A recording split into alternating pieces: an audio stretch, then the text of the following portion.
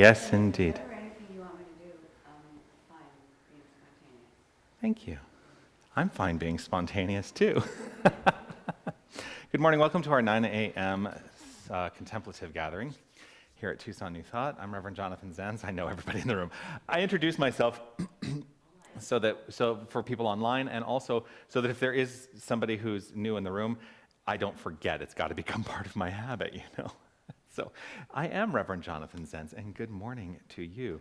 We join together each week as a spiritual community to teach one thing and to offer one thing and one thing only. And that thing is sort of the theme of the month, which is love. We teach love here. We teach love, and that love is that creative impulse of the universe, and everything that exists is the outflow of love in form. Think about that. Everything that exists is the outflow of love in form.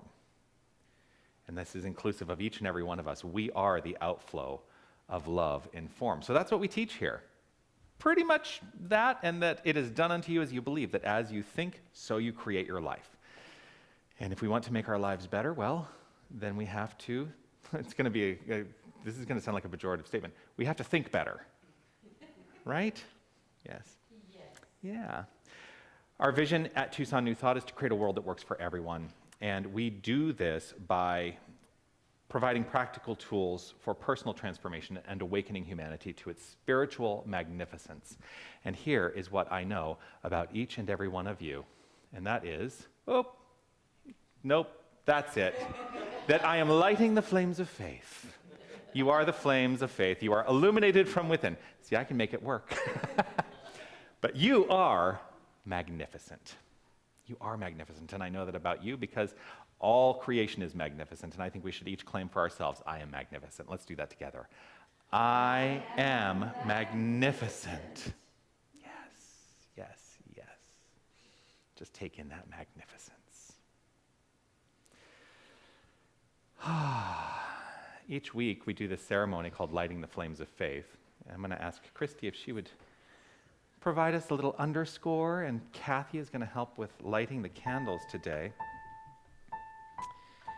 In this ritual, what we are doing, I still haven't figured out my spacing. Will that work? All right. In this ritual, what we are doing is we are honoring the faith traditions and spiritual paths and religious ideologies worldwide, with the deepest understanding that each and every one of them is born out of this creative force of love. And so for each candle that we light, that is what we are understanding, that all these paths, all these traditions, they're all born of love.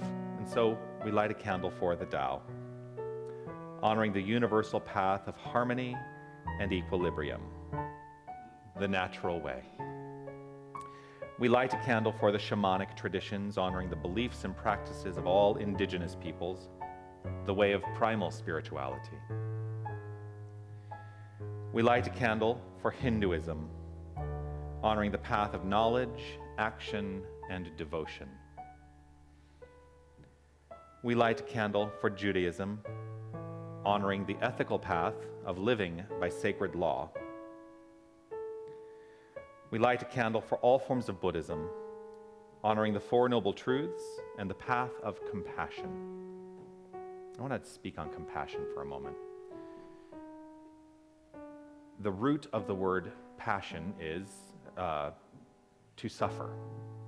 And when we talk about compassion, we're talking about suffering with. That's what the literal origin of the word means. But I think what I like to understand is that there's a more Buddhist understanding of the word compassion, which is unconditional love. And when we talk about compassion, it is about approaching all creation with that sense of unconditional love. Let's just think about that. We light a candle for all forms of Christianity, honoring the Christ consciousness as the path of love. We light a candle for all forms of Islam, honoring the path of submission to the divine will of love as the highest calling. we light a candle for the universalistic religion of Baha'i, honoring the path of unity and peace. We light a candle for all forms of new thought, honoring the metaphysical path of mental healing through the practice of universal spiritual principles. We light a candle for all those who are as yet unaware of the power and presence of Spirit in their lives, and for the space that we are holding for them, and for all faith traditions unnamed in this ceremony. This final candle we light is a candle that symbolizes the healing of any circumstance which requires divinity to be revealed. For that is the true nature of healing, the revelation of divinity in all circumstances. So this is your candle for whatever is in your mind and in your heart that requires the light. The candle to your right is our peace candle, which we keep illuminated. Thank you, Kathy.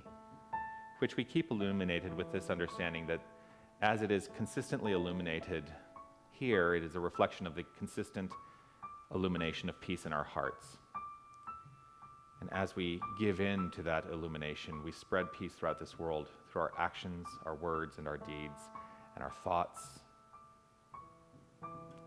So we honor this candle utilizing these words of James Dillett Freeman, which we've slightly modified. If you would read this with me, please. Truly, the light of peace surrounds us, the love of peace enfolds us, the power of peace protects us, and the presence of peace watches over us. Wherever we are, peace is. I invite you to take that into your heart in this moment as we settle into a moment and some time of centering. Just allowing yourself to simply relax right where you are, rooted in the assured knowledge that there is one power, there is one presence, there is one infinite creative source, one flow.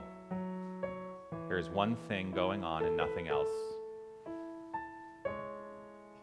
And as we settle into this understanding, I invite you to take to heart this month's affirmation and let yourself just understand these words, perhaps beyond the intellect, settling into that heart space. And this month's affirmation is, I am lovable, loving, and loved infinitely. I am lovable, loving, and loved infinitely. So taking that in with a breath and relaxing into that notion as we take just a few minutes in the silence to let it do what it will for us in deepening our understanding.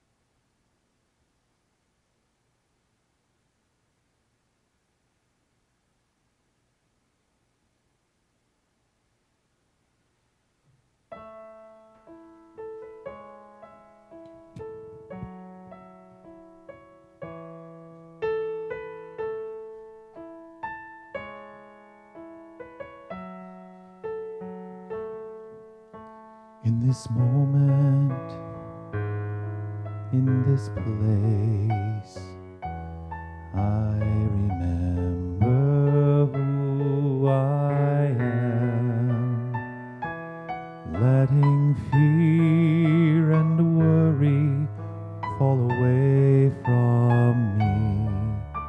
I open my eyes and see there is only love.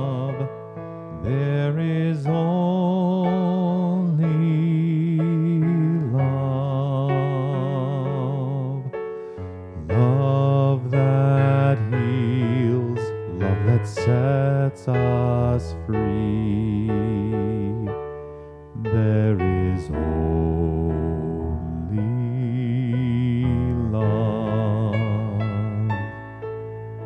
When I lose myself,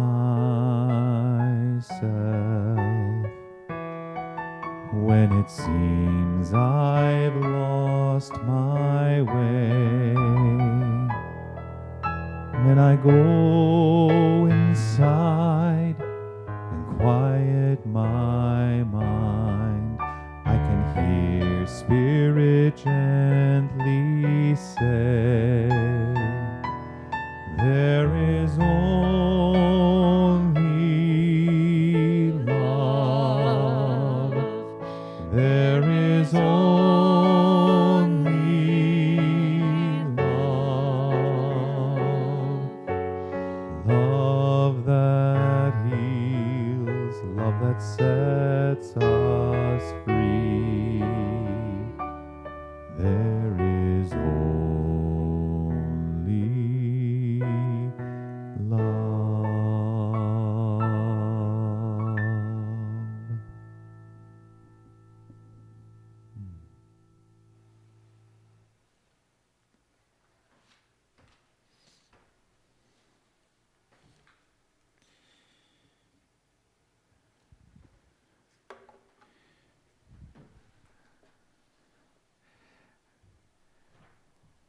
I was thinking about, so funny, if you're here for the first time, it looks like I've just grabbed a Bible. It's not a Bible. Could you imagine? All right. What did you think was going to happen?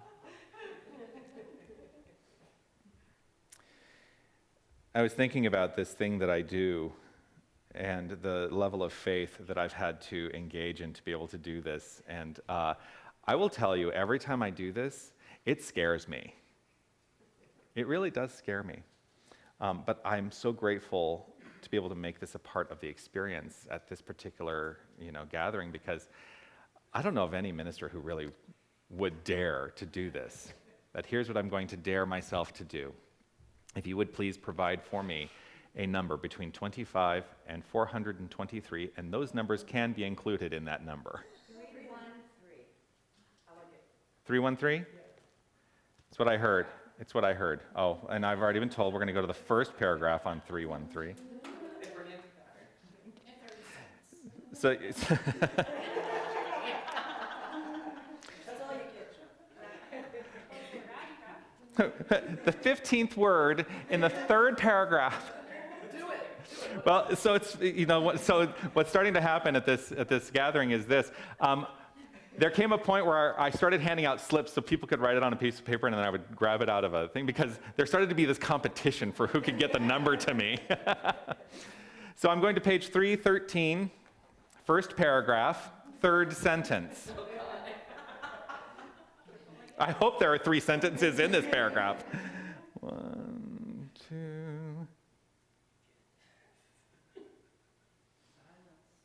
Well, I have to read it first. It's a terrible sentence structure. Because it's in the middle of a thought. It's in the middle of a paragraph, right? So this is what the sentence says. It says, so my so-called mind is not another mind. Let's just start with that. That's not the whole sentence. My so-called mind is not another mind. This is a I just wanted to see if we were in the summary of the book, because I was like, this is like chapter 1 stuff, and we're on page 313. My mind, your mind, the mind we perceive as our own is not separate from the infinite universal mind. It's all one and the same. All consciousness exists, and consciousness is the creative force behind everything that we experience in the world of form. All circumstances, all experiences, everything tangible, everything seen, everything that is constructed into matter, whether we see it or not, and this is inclusive of the entire universe. All of it is consciousness. All of it is consciousness that has created itself in form. And there's absolutely nothing separate from consciousness. There is nothing separate from thought. And so when we think, do y'all have thoughts? Sometimes? How do you think? Do you think in terms of, let me just ask, do you think in terms of words? Do you think in terms of images? Do you think in terms of smell? Do you think in terms of feeling that is beyond words? All of the above. That's all consciousness at play. We experience these things. We experience these things and we call them our own. We take such ownership of those things. But we can do that because of this. Because when we align and understand our identity as this infinite creative power at the level of our expression of it, we become more rooted in the knowledge that there is absolutely no separation between the infinite and the relative. It's all one and the same. We're having a limited experience within the infinite. You tracking with me so far? Yeah. So when he says, so my so-called mind is not another mind. There is nothing separate.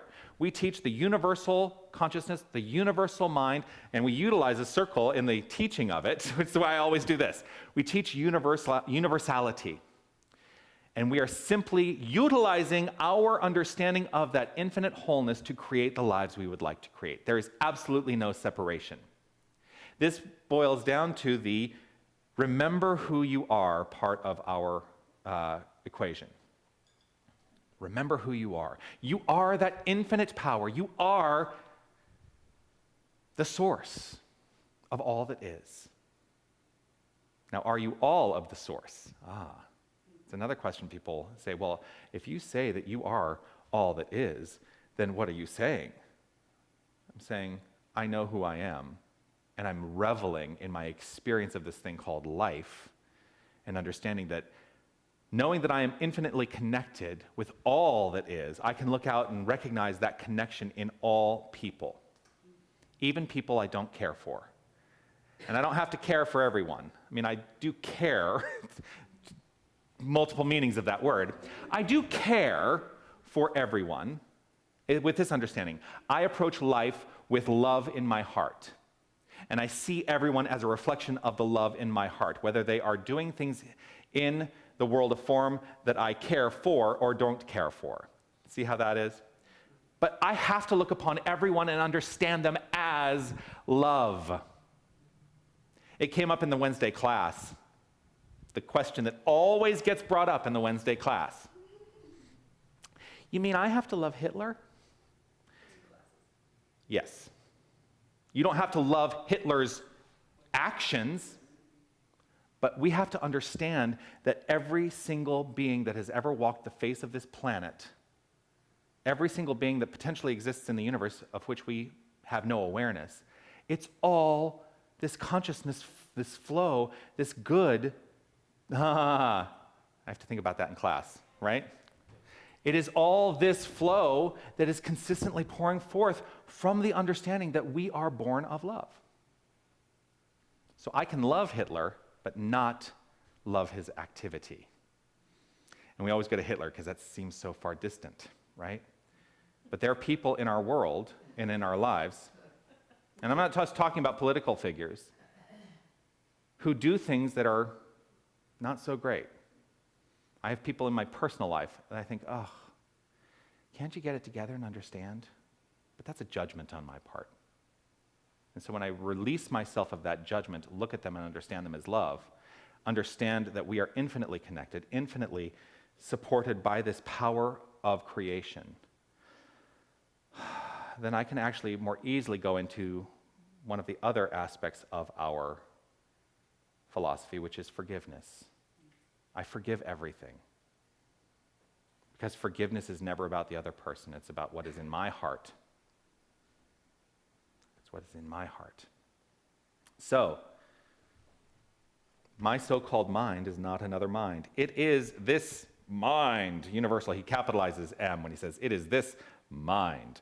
And when he capitalizes He's saying that we're talking about the infinite. But it is thinking individually. The infinite thinks individually by means of each and every one of us. Every single one of us. And then, so that's that whole sentence. And then he has the next sentence. You ready? I'm so glad you didn't say sentence 4, even though I probably could have talked on it, because sentence 4 in this paragraph is, that is all. And so it's right. That is all.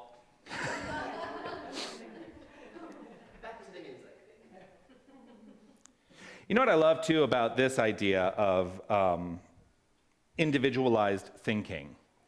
That the universal, the infinite wholeness is thinking in an individualized manner by means of each and every one of us, is that it is different for each and every one of us, and not a single one of us has the exact same thought pattern as anybody else.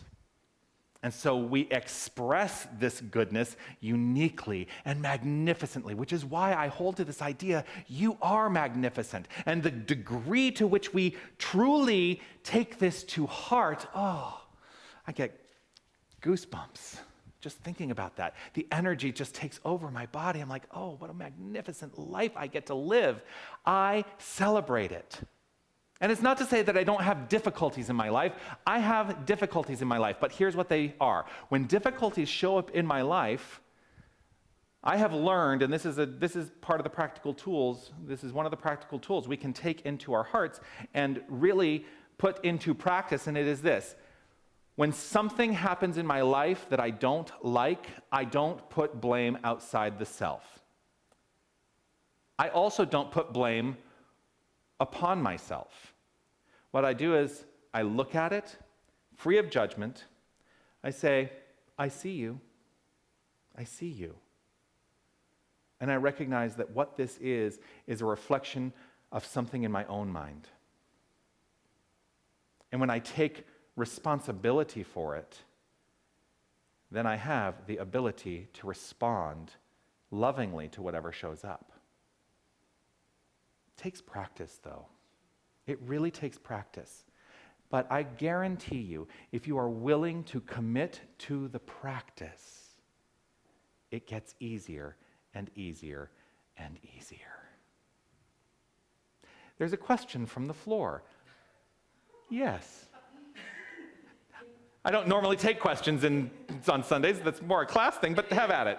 No, but can you elaborate your difference between blame and responsibility there? Because you were saying you take responsibility, but you don't blame yourself. That's correct. So blame is not allowing yourself to find a solution. It is an energy. It is the energy of disassociation, ultimately.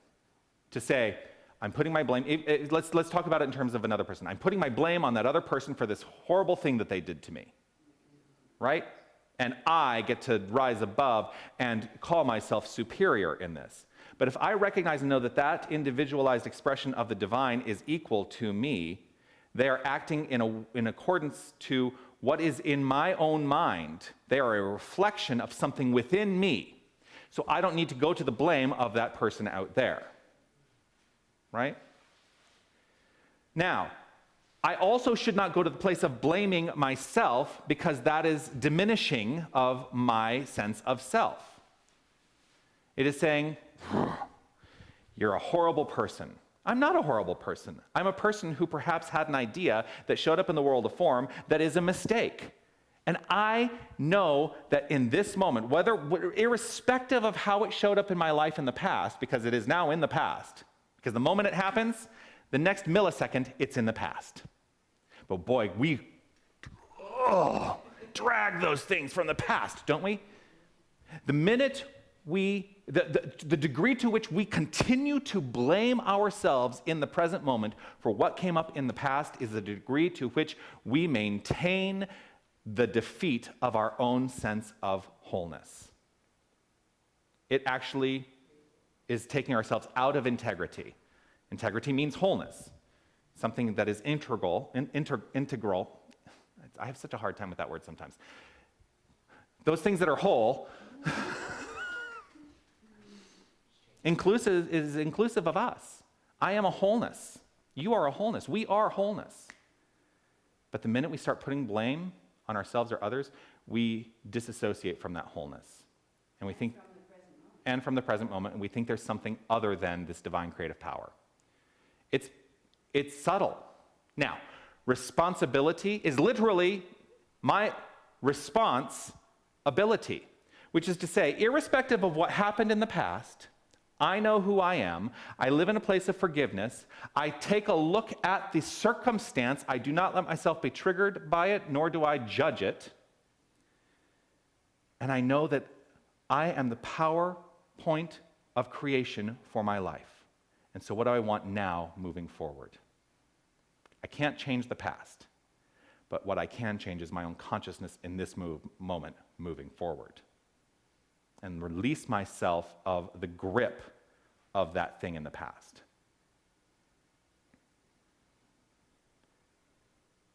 There are ministers within this movement who say we're never working to change the circumstances of our life. I'm one of those ministers. And there are ministers who say the only purpose of engaging in this spiritual practice is to change the circumstances of our life. And you'll hear me teeter-totter on that a little bit. But what I have come to more deeply understand is that the changing of the circumstances in my life is rooted in one thing and one thing only, my mind. And so my only work is to change my relationship to the circumstances. That's mental work. And as the mental work takes hold, the circumstances will actually take care of themselves. But I don't need to go out there and coerce or manipulate or make it happen. I need to know who I am. I need to forgive everything and approach life with love only in my heart. Have I sufficiently answered your question? Any other questions?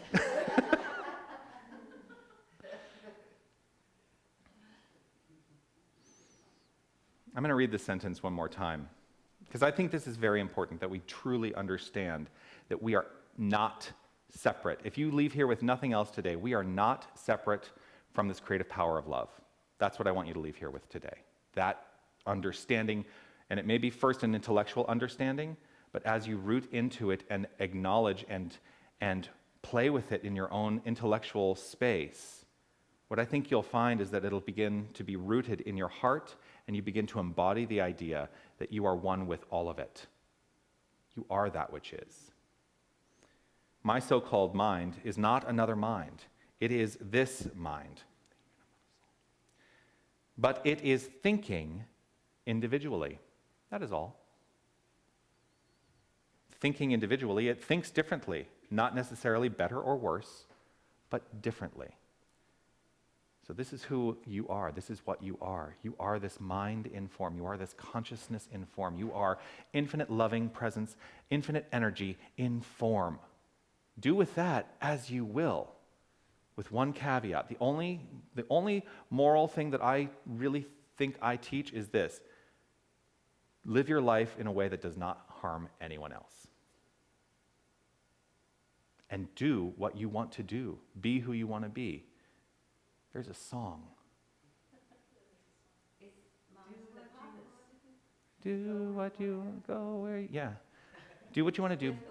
Be who you want to be. Go where you want to go. Live your most magnificent life. Because that is what we are here to do, to experience the most magnificent life we can, and to live as love only. I am grateful to you for your attention and for your love. Let's go ahead and root ourselves into our... Yes. Oh, you're... It's like Christy is going backwards down the stairs. Our benediction chant is super easy. There we go. Nope. Yes, there it is. Yes. So I invite you to just relax right where you are and recognize that this energy that is at the core of our beingness is an energy that we can expand. It moves well past our physical presence, and we can share it with the whole world. I I send my love over the mountains. I send my love over the sea. I send my love into the heavens, and it returns to me. I send my love over the mountains. I send my love over the sea. I send my love into the heavens, and it returns to me. And so what I know is that this infinite love that is at the core of our hearts is a reflection and the actual expression of this infinite divine power. There is nothing separate from it. The mind we use, each of us individualized, is the universal mind. There is no separation. There is only this source. There is only this power. There is only this ever-flowing good. I call it good. I recognize it as good. I choose to allow myself to understand it as good, for that is the way that I understand love. Love is the creative impulse of the universe, and everything that exists is the direct flow of love in form. And so we are that which is. We are the flow. We are the love. Knowing this, trusting this, I give over to the knowledge that I am living a life of infinite forgiveness. And as I forgive myself and others, as I allow that energy of forgiveness to take root in my heart, I put myself into that place of power for creating the next thing in my life, and the next thing in my life, and the next thing in my life. And I know this to be true for all. Each and every one of us is rooted in this. Whether we have accepted it in our hearts now or not, we are rooted in the creative power of this energy, this creative flow, this infinite nature. And so I relax myself into this, and with deep gratitude in my heart, I simply let it be. As I release, let go, allow, and live in this flow, knowing it to be so. As together we say, and so it is. I send my love over the mountains. I send my love over the sea. I send my love into the heavens, and it returns to me, and it returns to me.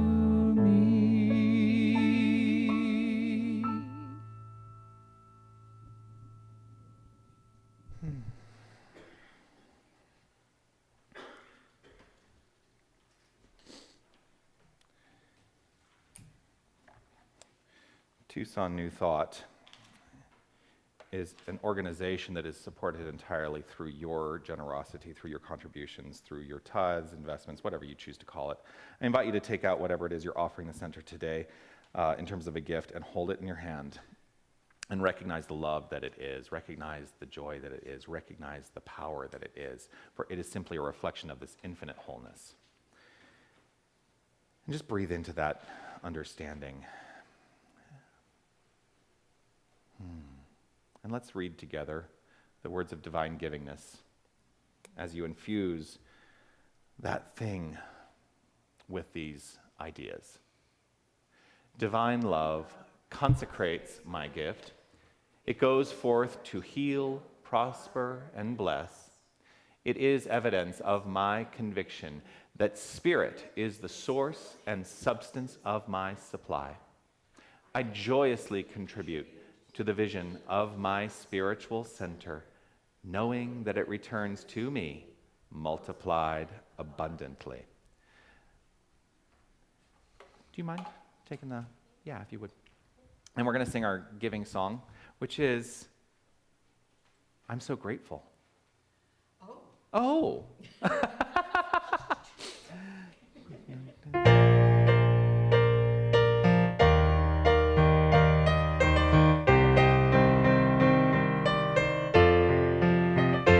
Gratitude before me, gratitude behind me, gratitude to the left of me, gratitude to the right of me, gratitude above me, gratitude below me, gratitude within me, gratitude all around me.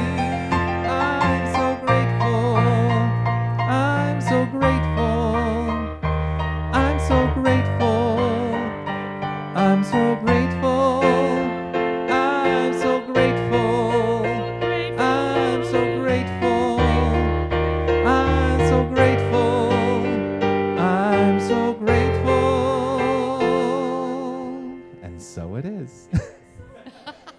You know, that's one of those songs that we design that can like go as long as you want it to go. Yeah, if you would please. Thank you. Just taking this moment right here and right now to recognize and know that what is collected in this basket is the energy of love. It is the energy of light. It is the energy of wholeness in its particularized form. And I know that it moves through this time and this place for the good of all humanity, for that is what we stand for, creating a world that works for everyone. So this supports that vision. I am so deeply grateful for all that has been collected here. And I know that the leadership of Tucson New Thought uses the highest integrity in support of all in the use of these funds. So I let it be so with deep gratitude in my heart, and I know it to be as I release, let go, and allow. Together we say, and so it is. Thank you. All right, so normally we would hear the dulcet tones of Darwin, but I didn't get the script to him in time this week. So you're going to hear my dulcet tones. The things that are happening here at the center are we have a Wednesday night meditation practice. And this Wednesday I'm calling it Walking the Path of Light. And it is going to be a beautiful experience walking the path of light. I'm going to try, should I say? Yeah, I'm going to say it because I'm setting my intention that I'm going to try to have a labyrinth prepared for Wednesday night. And provided I have done that, then we will do a full labyrinth walk. If I haven't done that, then we'll do a labyrinth in our mind. Right in here. Yeah. So walking the path of light. Our annual community meeting is today, and I want to say thank you to everybody who thought it was going to be last week, and then we postponed it a week at almost the lastest minute we possibly could because of everything that was going on. Join us if you would like. We're going to start probably around 12 noon to see where we've come from as an organization and where we are headed as a spiritual community. Another thing I want to let you know about, we need you. We need you. There are opportunities for sacred service as a volunteer in this organization, and you can actually go to our website right now, and on the menu it says volunteer schedule, and if you go there, you will see that there are many open slots, and you can just click and sign up. And the system that we're using now, what's really awesome is that you click, you sign up, and it will send you an email reminder when you're in service. So I would love for you to go to TucsonNewThought.org and support us as a volunteer. And if you want to have questions asked about, well, what does it mean to be a greeter or an usher or to do certain things, you can speak with Marvis or you can speak with me about that, and we'll be happy to let you know all of that. One of the positions I'm setting up for every week is the 9 a.m. person who lights the candles. And Kathy took advantage of that this week, so thank you for that. Do connect with us. Check out our website, TucsonNewThought.org. We are also on Facebook, Instagram, and YouTube. Search for Tucson New Thought. And I'm saying search because YouTube, we don't have the customized URL yet. We don't have enough subscribers. So that also says to me, go to subscribe on YouTube once you find us. Yeah, you only need 100. We're at like almost 50 now. So Would love for you to subscribe to us on YouTube. And all of these Sunday celebrations get put on YouTube. My midday mindful moment, those all get put on YouTube. Like, we do everything on video because that's just who I am. It's just who I am. I am so grateful to each and every one of you for shining your light, deciding to be here this morning, to allow yourself to live in this sense of forgiveness and gratitude, because that's what today clearly has come to be all about, rooting ourselves in the love in our heart. I want to say thank you to Aiden for providing our technical support. Yes. Would like to say thank you to Marvis for being our greeter this morning. Thank you. I want to say thank you to Kathy for lighting our candles this morning. And I want to say thank you to Christy for your magnificent music, as always. So grateful. Thank you, Jonathan. Thank you, Grace. But I do especially want to thank all of you for being here, being present, and being in my life. You are a blessing to me, and I'm grateful. So we're going to end today's experience with this notion. And it says you. We will sing you, and then we will sing I.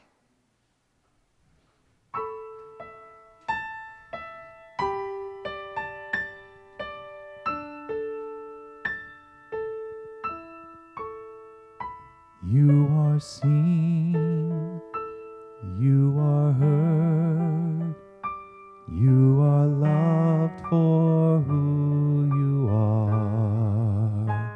You are enough, you are complete.